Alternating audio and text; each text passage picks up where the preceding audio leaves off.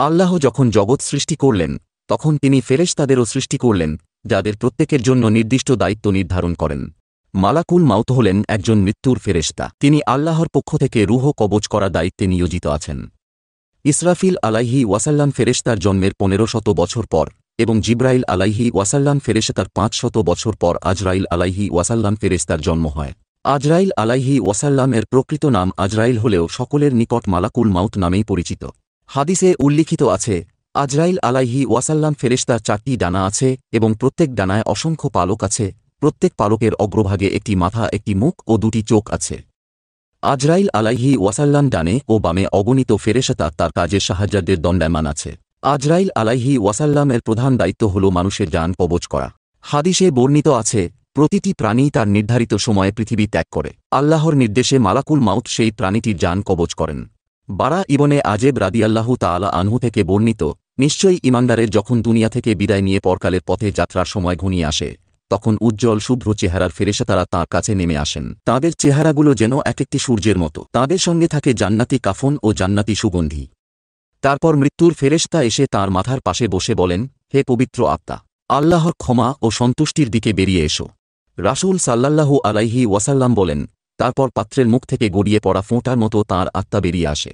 আজরাইল আলাইহি ওয়াসাল্লাম সেই আত্মা হাতে নেওয়া মাত্র চোখের পলকে অন্য ফেরেশতারা সেই আত্মা নিয়ে জান্নাতি কাফনে ও জান্নাতি সুগন্ধিতে রেখে দেন। তার থেকে মেশকের চেয়ে উত্তম সুগন্ধি ছড়িয়ে পড়ে, যা কখনো কখনো জমিনেও অনুভূত হয়। এরপর তাঁরা সেই আত্মা নিয়ে ঊর্ধ্বারোহণ করতে থাকেন। এভাবে তাঁরা প্রথম আসমানে পৌঁছেন। আসমানের দরজা খুলতে আহ্বান করেন। তাঁদের জন্য আসমানের দরজা খোলা হয়। এভাবে সব আসমানের নৈকট্যশীল ফেরেশতারা পরবর্তী আসমান পর্যন্ত তাঁর অনুসরণ করে বিদায় জানান। তারপর তিনি সপ্তম আসমানে পৌঁছে যান। তখন আল্লাহ তাআলা বলেন, আমার বান্দার আমলনামা ইল্লিজিনে রেখে দাও এবং তাকে দুনিয়ায় ফিরিয়ে নাও। নিশ্চয়ই আমি তাদের মাটি থেকে সৃষ্টি করেছি এবং তাতেই ফিরিয়ে দেব এবং তার থেকে দ্বিতীয়বার বের করে আনব।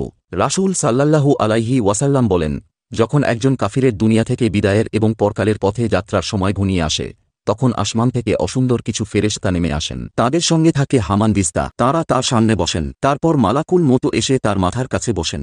বলেন, হে অপবিত্র আত্মা, আল্লাহর রাগ ও অসন্তুষ্টির দিকে বেরিয়ে এসো। তারপর তিনি তার দেহে আঁচড়াতে শুরু করেন, যেভাবে ছুরিকে ভেজা পশমে আঁচড়ানো হয়, এবং দেহ থেকে আত্মাকে উৎপাটন করে নিয়ে আসেন।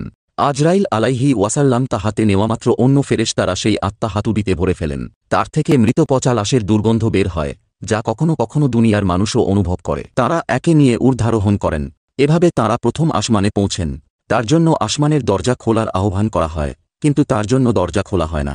তারপর রাসূল সাল্লাল্লাহু আলাইহি ওয়াসাল্লাম এই আয়াত তিলাওয়াত করেন, যার অর্থ হল, তাদের জন্য আসমানের দরজাগুলো খোলা হবে না এবং তারা জান্নাতে প্রবেশ করতে পারবে না যতক্ষণ না সূচের ছিদ্রপথে উট প্রবেশ করবে। আল্লাহ তখন বলবেন, তার আমলনামা জমিনের সর্বনিম্নে সিজ্জিনে রেখে দাও। তারপর তার রূহ ছুঁড়ে ফেলা হয়। এরপর রাসূল সাল্লাল্লাহু আলাইহি ওয়াসাল্লাম কোরআনের আয়াত পাঠ করেন, যার অর্থ হল, এবং যে ব্যক্তি আল্লাহর সঙ্গে শরিক করল, সে যেন আকাশ থেকে ছিটকে পড়ল, অতঃপর মৃতভোজী পাখি তাকে ছোঁ মেরে নিয়ে গেল অথবা বাতাস তাকে উড়িয়ে নিয়ে কোনো দূরবর্তী স্থানে নিক্ষেপ করল। সূরা হজ।